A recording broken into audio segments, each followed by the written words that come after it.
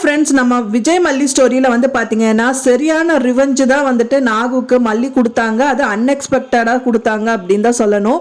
செம்மையான ஒரு அறை வந்து சப்புன்னு வந்து கன்னத்தில் கொடுத்தாங்க. அது எதுக்கு அப்படிங்கிறது தான் வந்துட்டு கம்மிங் எபிசோட்ஸில் காமிக்க இருக்காங்க.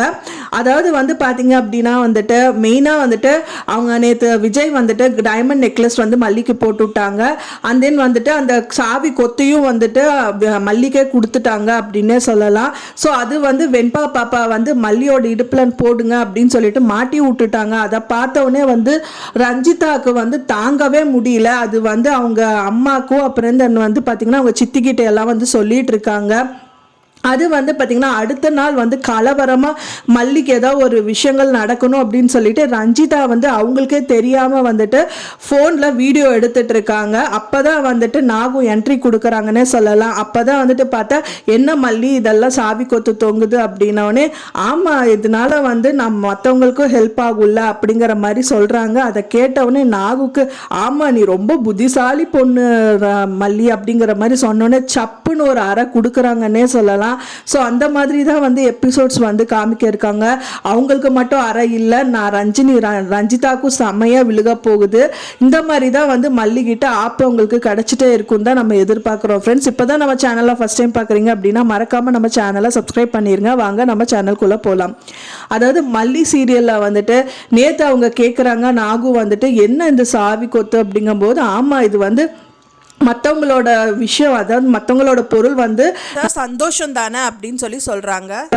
அப்போ நீ ரொம்ப நல்ல புத்திசாலி பொண்ணு மல்லி அப்படின்னு சொல்லி அவங்க அண்ணி பாராட்டுறாங்க.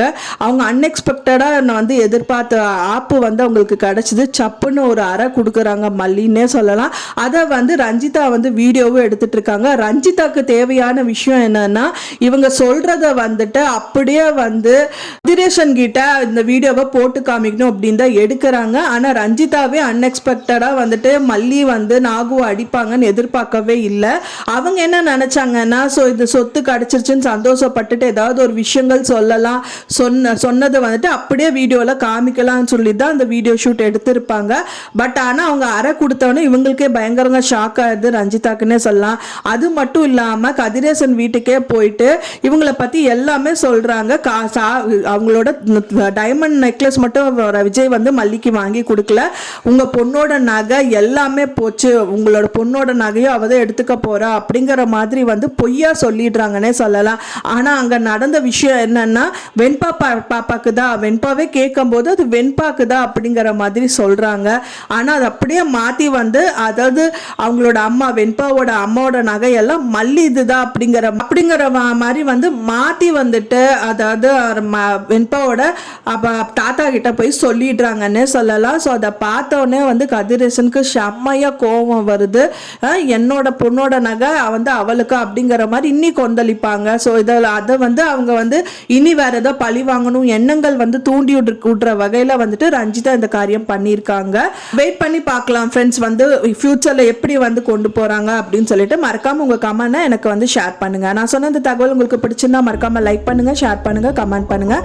மேலும் இன்னொரு மல்லி சீரியல் அப்டேட்டோட நெக்ஸ்ட் மீட் பண்ணுறேன். தேங்க்ஸ் ஃபார் வாட்சிங் மை வீடியோ ஃப்ரெண்ட்ஸ். நெக்ஸ்ட் வீடியோவில் பார்க்கலாம்.